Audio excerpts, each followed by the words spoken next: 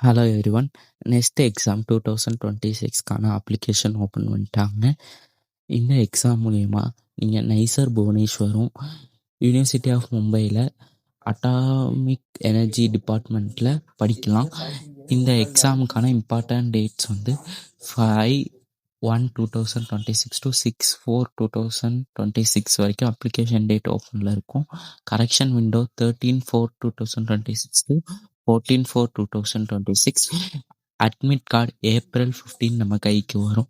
Exam date 6/6/2026.